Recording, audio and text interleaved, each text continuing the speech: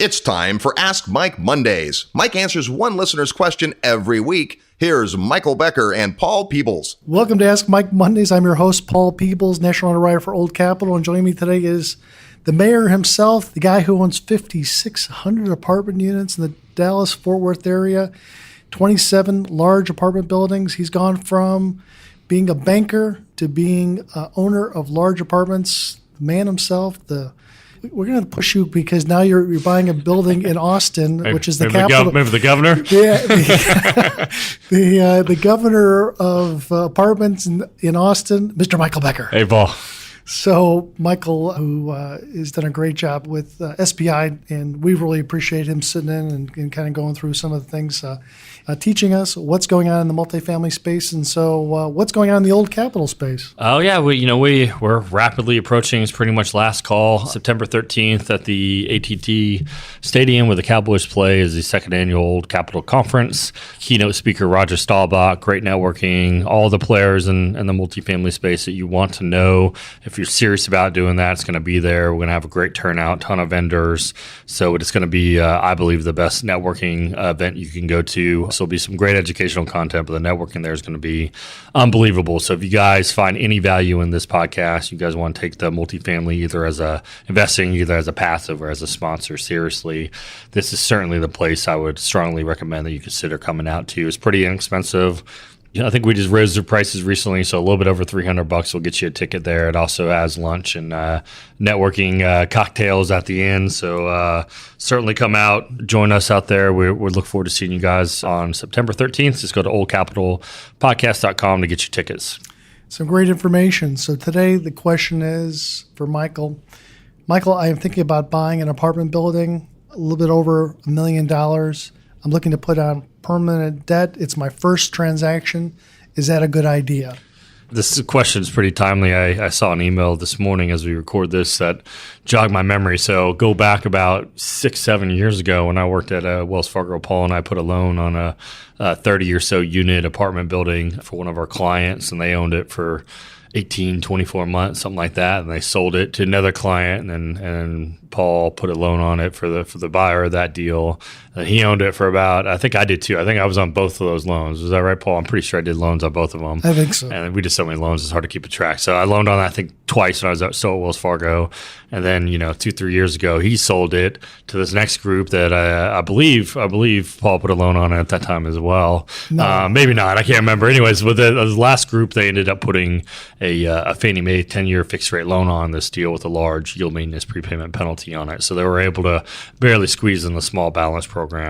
And I remember thinking at the time they put the loan on, this current group put the loan on it, that was a mistake, because kind of going through a little history lesson there, one of the things that Paul likes to say that I kind of learned from him, you own apartments in dog years. And so every year feels like 7 years of ownership. And especially that's even more true on the smaller the property, the more true that statement is. So kind of illustrated over like the last 6 or 7 years that I knew of that property, this is going to be the fourth time it traded hands to my knowledge. What's going to happen is this current ownership group, now they're going to have to come in and eat a very large prepayment penalty. So their $1 million loan is going to have, $100 and some odd $1,000, I'm sure, in prepayment penalties to pay this loan off. So, you're talking 10% or more of the loan amount is what they're going to have to eat to pay it off. And if they would have put a more of a bank loan or a different product with a more flexible exit prepayment penalty, that makes a lot of sense. So that's just one of the things I want to make sure when these people are starting out, even if the property could qualify for a long-term fixed rate non-recourse loan, that's generally a good idea. But when you're buying your first property, one of two things is likely going to happen when you get in this business. One of the things is going to be you either absolutely hate it and you're like, man, this sucks, I can't wait to get out of it, let me sell this property. Or you're like, man, I love it, I can't wait to do this, I need to sell this property, buy something bigger. So if you put these inflexible exit strategies on your loans, especially on these smaller deals, that tends to come back and bite you. So I might encourage more people to get something with a little bit more flexible prepay.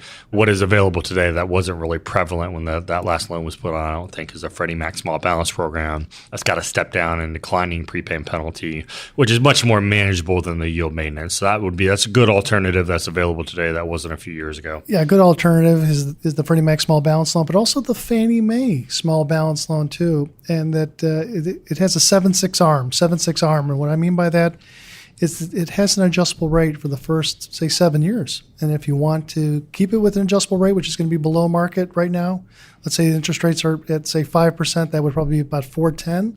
That would be the true actual interest rate. If you wanted to convert it over to a fixed rate, you could do it after year one. The reason why I like that loan for somebody who's just getting into multifamily is it comes with a 1% penalty to get out. 1% penalty to get out. And so 1% penalty on $2 million transaction is $20,000. A yield maintenance penalty on a typical transaction could be $300,000. And then typically you have to have somebody assume that mortgage. So that on the 7-6 arm, talk with your mortgage person, see if that makes sense in your transaction. Yeah, so the other part of that thing is this little property that they're going to go out and sell. They're going to offer it with all cash in as a cash to note as a loan assumption.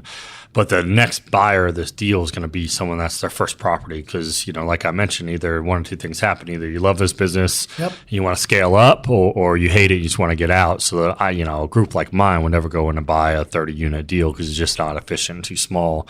So just think about that. I know it's tempting to take the long-term fixed rate debt. That's generally my default. That's what we've done the majority of. But these small deals, it just doesn't seem to be the best fit. So certainly talk to one of the guys at Old Capital and we kind of help at least talk this through and give you some reasoning why we think one product's better than the other when you're placing debt on a deal. Absolutely. And Michael, if somebody wanted to get a hold of you, talk with you a little bit about some of the investing that SPI does, what's the best way to do it? Really, the easiest way is just go to our company's website, which is www.spiadvisory.com. That's SPI like spy. advisory.com. There's a contact us form. Fill that out. I'm always happy to have a 10 or 15-minute telephone call with listeners of the podcast that want to learn more about what we do. Sounds great. That was Michael Becker, now the governor of Austin, since he's buying a large property down in the Austin market. I'm Paul Peebles. Have a good day.